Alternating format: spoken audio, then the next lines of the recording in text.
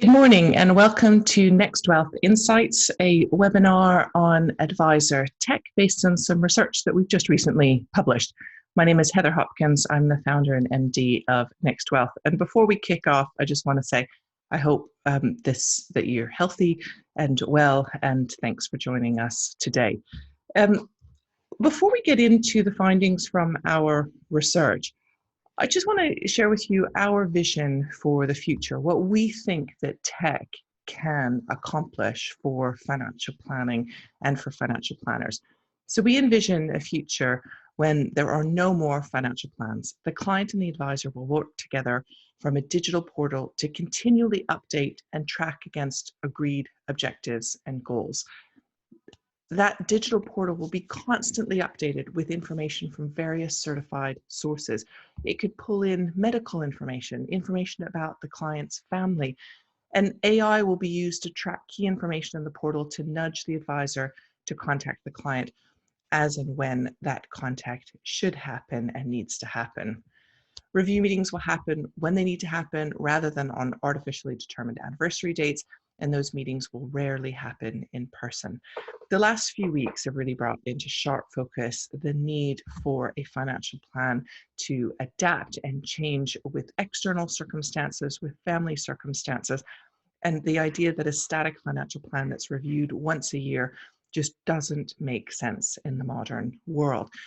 That's what we think tech can help financial planners accomplish, but we're not there yet. So today I want to talk about some research that we've done on advisor tech, but I'll just start by talking about why we talk about advisor tech, why we spend so much time researching it. So we think that there's a lack of innovation on advisor tech. There's been a lot of incremental change, but that at the core, advisor tech, there hasn't been the same amount of innovation as in other sectors. And so we want to use our influence and gather the thoughts and views of advisors to help to aggregate those to push for change. We also think that it's a sector ripe for disruption, which makes it a really exciting area to research. And it's a key to increasing access to advice, either by helping advisors to be more efficient so that they can reach more people, or by giving customers more access to financial planning tools so that they can self-service with check-ins with financial planners. The commercial break report, the NextWealth Advisor Tech report, offers a State of the Union on advisor tech, covering platforms, back office systems, suitability and risk profiling, cash flow modeling, and client portals. The full report's available for purchase. Drop me an email if you're interested in that. We'll share the key findings or some of the findings from that today. So it was based on a survey of 227 financial advisors that we did in December. We also drew on the reviews in the NextWealth directory. We have over 1,700 reviews of individual pieces of tech on that directory, and that's fully available to anyone who'd like to look at it. We also did in-depth interviews with advisors, and we started those in September, and we did 4 just last week. So ongoing interviews with advisors. And we also interviewed the major tech players to get their perspectives on what they're doing, how they're adapting their business, and what their vision is for the future. So looking to what tech advisors are using in their business, most are using a back office system, cash flow modeling, and risk profiling, and about half are using a client portal. Most advisors, so 56%, said they have no intent to change any tech provider. About 16% say that they plan to either add or remove one of their tech providers. The rest were interested in what's going on, but have no plans to change. So this isn't a fast-moving environment, and part of the reason for that is it brings quite a bit of business risk to change a firm's tech, and there doesn't seem to be any option that's so much better than what's being used that motivates people to want to take that leap to change tech. Advisors say they're broadly satisfied with the individual pieces of tech that they use in their business, but where they get really frustrated is getting those bits to work together. So what to include in those different categories of tech? At the bottom, you can see platforms, top left-hand corner, practice management or back office systems, top right, client portal, in the middle at the top, cash flow modeling. Primarily, we're talking about Voyant, Cash Calc, and then suitability or risk profiling in the center. We also have a few cash management providers listed here. It's a category that we're not going to talk about today. We're going to be doing a report on that shortly, but we think there's some interesting opportunities there. And we have a category for other. So I'm just going to grab a tissue. So a category for other, including Timeline, Fast Track, Morningstar, some data providers, and others. So that's what we're talking about in these broad categories that we're looking at. So how much are advisors spending? It correlates directly to the size of the firm. We looked at it by number of employees, number of advisors, and assets under management, and it really correlated with the size of the firm, tech spend. So 84% of sole traders spending less than 10K in the most recent fiscal year, and 71% of firms with more than 50 employees spending over 100K. We didn't find that firms that were particularly satisfied with their tech or spending more or less. There was no other clear pattern in the data that we could find. So we asked advisors which tech they're using. We asked them which platforms they use, which back office system they use, which cash flow modeling provider they use, assuming they were using them. And then we asked them to rate those providers across 4 criteria: value for money, support provided, integration with tech, and willingness to recommend. They were given an option to rate that on a 5-point scale, 1 being poor and 5 being excellent. And I'll populate that with the average scores by category. So what this shows is when we aggregate results for each of those individual platforms, those are the scores for the platforms, same for back office systems. I just want to walk through a few of the numbers on here. So the first thing to point out is that a 4.5 or above would be considered very good. 5 is excellent, of course. 4 be good. So there's a few goods here, right? But not a huge number. But there's also no negative score. So there's no category getting an average score of less than 3, which would be a negative score. Poor was 1, and 2 is also a negative score. So we're not seeing that. So people aren't hugely dissatisfied. And there's quite a bit of variance, actually. It looks like the numbers are quite tight, but when you think about that being on a 5-point scale averaged, there are some variations. So we'll walk through a couple of those now. So platforms get the highest scores overall. So if you look at that 4.11 for value for money, that's higher than any other category. Support provided also the highest score, and willingness to recommend, the highest score, tied with cash flow modeling. So platforms come out at the top of the heap overall for ratings from advisors, and they get quite a kicking in the press sometimes. And it's not to say that they can't do more, but they are they are doing the best among the different categories of advisor tech. The area that they need to improve most is on integration with other tech and support provided, but on willingness to recommend and value for money, doing pretty well. Let's look now at back office systems. They came out at the bottom of the pack. So an average score of 3.54 for value for money. Support provided, again, the lowest score, just below a 3.5, and lowest across the board for all of those 4 criteria. But that's the average for back office systems. And it's important sometimes to look at what are the individual scores for those firms. So here's how it maps out for the 2 biggest providers, based on number of advisors in our survey that said that they were using these providers. So Intelligent Office from IntelliFlow gets about 46% of advisors say they're using it. Second most used is X-Plan from Iris. And a few things to point out. So the blue, dark blue, is a score of 1, as that's the percentage of advisors that gave those providers a 1. Light blue is a 2, and that's also a negative score. So there's far more negative scores for back office systems than for platforms, or cash flow modeling, actually, as well. They have, so Intelligent Office has 20%, I think it is, that say that that they give, yes, at 20% give a negative score for support provided. And the one where Iris really falls behind is on integration with other tech, 21% giving a negative score on that, and nobody giving an excellent. On value for money, the advisor doesn't always pay directly for the back office system. It's often done at a firm level. And so the value for money question will see typically more neutral ratings from firms or from advisors who don't pay directly. So either a 3 or a 4, but actually we see some negative scores there for value for money for Iris as well. Now, as you'd expect, it's pretty consistent that an advisor who gives a bad score on one criteria will usually give a bad score across the board, and we definitely see that here as well.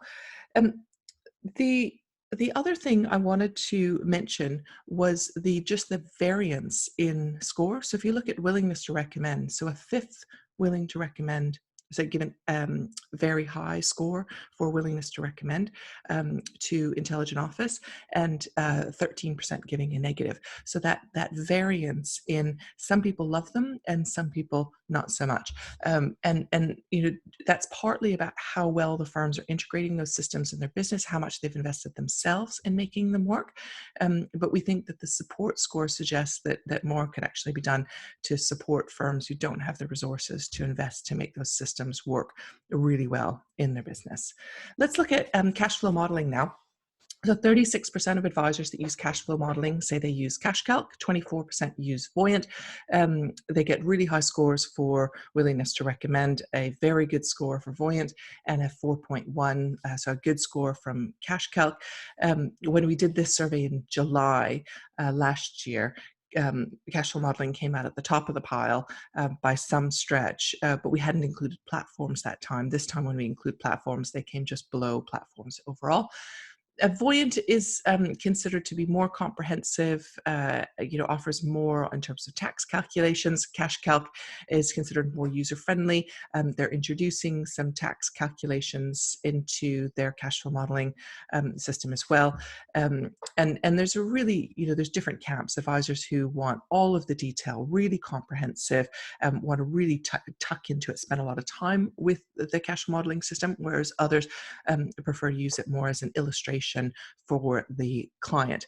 And that comes out in the quotes that we get from advisors about those cash flow modeling tools.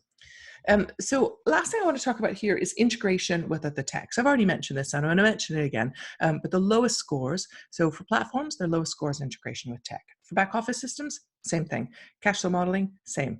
This is the area of biggest frustration for advisors, is that they have to rekey information, that the different systems don't work together. And I'll talk about what we think is the solution to that, but it's about agreeing data standards.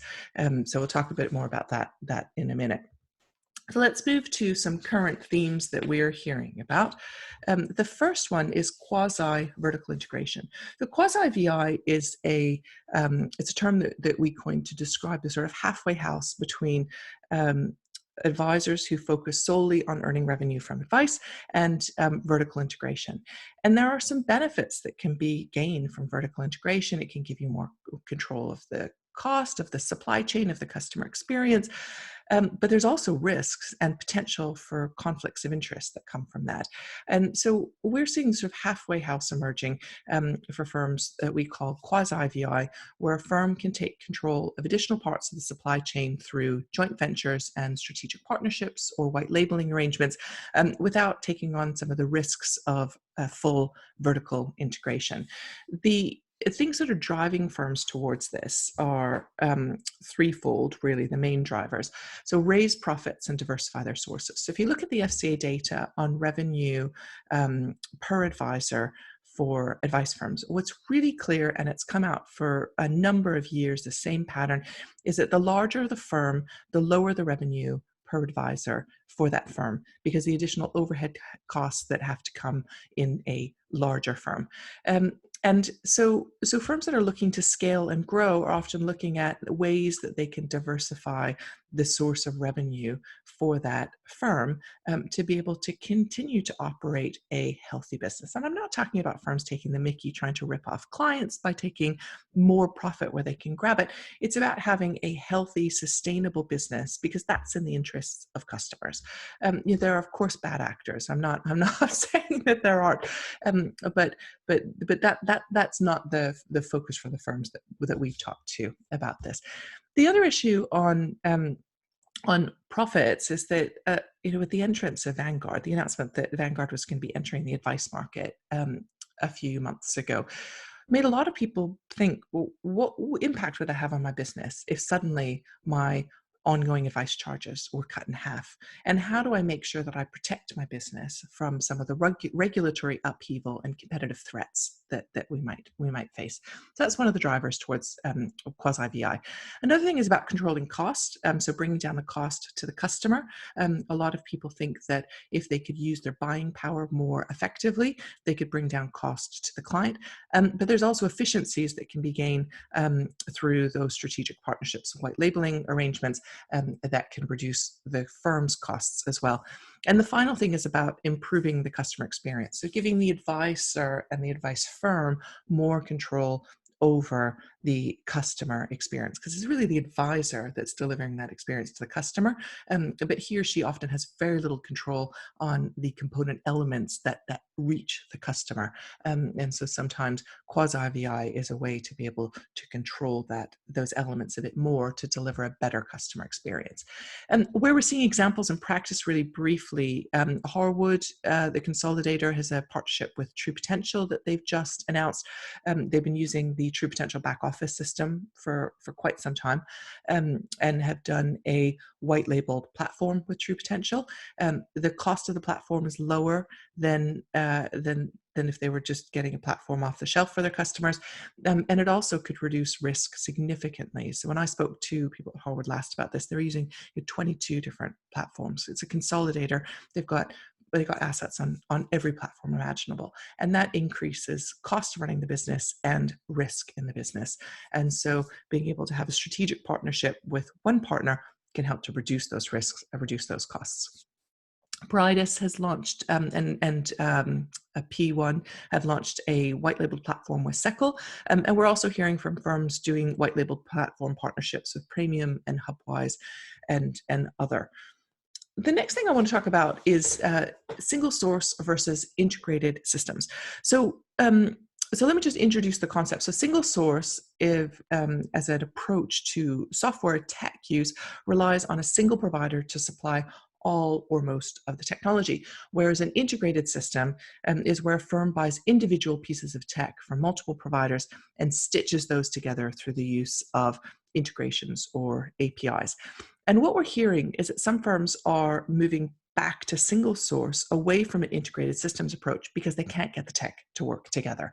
And one of the providers that I spoke to in our interviews for this report said, sometimes a single vendor is best because you don't need to manage multiple providers.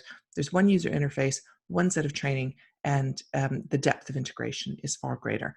And while that sounds really good on the surface, the thing that infuriates me about that is, and it's not the comment, because the comment is true, but what infuriates me about that is that just shouldn't be the case. A single source, as I said on this slide, is indicative of a failure of the industry to work together. I think that firms should be able to choose the best piece of software for the job that they're trying to do and to integrate those together with the other tech that they're using. I'm using Zoom to record this webinar. It integrates fully with my Google Calendar, and I can upload the video to YouTube after using Apple Movie or iMovie to do the edits I need to do, right? It integrates together seamlessly, and that's how tech is supposed to work. So I think that this reliance on single source is just indicative of a failure of the industry to work together on data standards. So what might change to allow integrated systems to work? So one example is microservices, and microservices are, they're not new, but they're a concept a lot of people don't know a huge amount about. They're widely used by Netflix and Amazon, and I just, I have a screen grab from Netflix. Believe it or not, despite being in lockdown, we still have not renewed our subscription to Netflix. We canceled it a few months ago, so I can't show you my own personal screen because we don't have a subscription, which is crazy. But microservices are used by Netflix and have been for quite some time, and it came from a pretty cathartic moment for that business. It was just over a decade ago, before the days of The Crown and Black Mirror, when Netflix was a young disruptor. You might remember getting DVDs in the post from Netflix.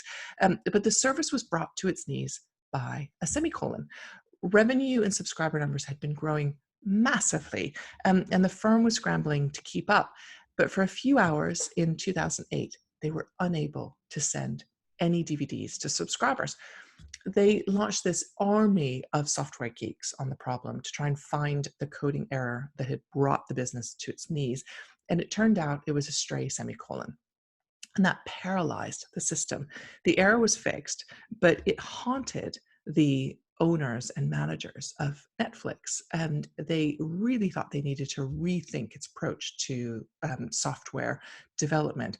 And a few years later, Netflix moved to adopt cloud-based microservices rather than a single monolithic system where a semicolon could bring the whole thing to its knees. The Netflix system is now powered by an API supported by over 500 microservices. Amazon's website isn't much different, actually. If you go to the Amazon home screen, your home screen is different from mine because different business units within Amazon compete for space on that homepage, and that's delivered through microservices rather than having a single coded website. And the same is true for investment platforms. Firms have spent huge sums of money on a single monolithic software program designed to perform a wide range of functions. And certainly that is needed, but to be able to be agile and develop discrete bits of tech to sit alongside or even above that platform to pull data to aggregate to produce specific reports or specific calculations, microservices can be applied. And we think that there's opportunities for those to be applied throughout advisor tech. And in fact, IntelliFlow have said that they're using microservices and have been for the last couple of years for their back office system. So microservices, we think, offer an opportunity to improve that integrated systems approach. And next is data standards. I've talked a little bit about this, but I'll just briefly say to achieve true plug-and-play componentization, we need agreed standards throughout the industry. And advisors have a big role to play here. You need to push your tech providers, your back office system providers in particular, to sign up to these data standards. Orgo are offering them, and that's probably the easiest route to go. But until we have agreed data standards, it's going to be near impossible to get these different bits of tech to properly communicate together. The final thing I want to talk about on these sort of current themes is about robo-advice. So robo-advice is considered, massive failure, no revenue, no business model, and whether it'll get somewhere, I think remains to be seen, because these things move quite quickly. So I'm not calling the demise of robo-advice, but where robo has worked really well is in portfolio management. And Schwab is one of the most famous and successful providers of a robo proposition in the US through its intelligent portfolios. And it's a hybrid model of a human financial advisor with them powered by a machine to do a lot of the algorithms around managing the portfolio and optimizing that portfolio. And they've launched a robo-advice for retirees, which is, again, a hybrid model. It's called Intelligent Income, and it will look at, it'll manage client portfolios, determine a safe withdrawal rate, recommend tax-efficient withdrawal strategy. They say that over half of their clients are 50 plus. So this is a critical business issue for them and for a lot of firms in the UK as well. We've seen a couple of propositions launch in the UK. 7IM launched Retirement Income Service, which takes a bucketing approach. Dynamic Planner launched Risk Managed Accumulation Service. So there's a few innovations happening here, but we think that this is the place where tech and human together as a hybrid model can work really well together to do the number crunching, to optimize the portfolio, and to determine the safe withdrawal rate through the computer and the algorithms and the crunching, and have the advisor focus on the behavioral side of it and the relationship side. So I want to briefly talk about the pandemic. It would be crazy not to reference our current situation. And we've been speaking to advisors on the phone about how they're managing, how they're dealing with this, and tech has been a big theme. And I know that Zoom and Zoom bombing have been widely covered, but there's other things we're hearing as well. So one thing we've heard is the use of workflow in back office systems. So one advisor we spoke to mentioned specifically IntelliFlow's workflow to be able to get as near as possible to business as usual. And this is something that advisors really praise providers for, is helping them to, as much as possible, reach business as usual, given the massive upheaval that we've all had personally and in our businesses. The other thing that we've heard is about platforms and other providers taking scanned forms or e-signatures. Like I know we're not at the nirvana state of e-signatures or no signatures, but firms have moved really quickly. Funds Network and Nucleus mentioned specifically in a couple of our interviews, but we also heard about Royal London and others moving quite quickly to change their practices. And the thing that's really important about this is these things won't go backwards. This will stay. A lot of the changes that we're seeing happening now to respond to the current crisis, those will be accepted in the future as the ways of doing business. So an issue that was important for a lot of platforms, arguably urgent for a lot of advisors, suddenly got elevated up to urgent for the platforms, and they've done a great job, I think, of responding to that. Most have.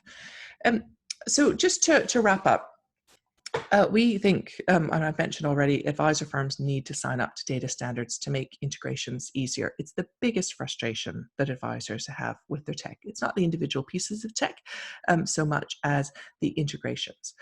We think that Robo for portfolios and complex calculations is the most powerful application of the tech, with the human to manage the behavior and the relationships, coming back really to what we said at the beginning about our vision for the future.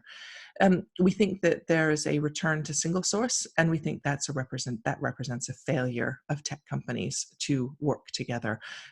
It makes sense for the individual advice firms, no question. But it's not the optimal situation in our view. And we think the rise of microservices will help to address some of the challenges in running an integrated systems approach.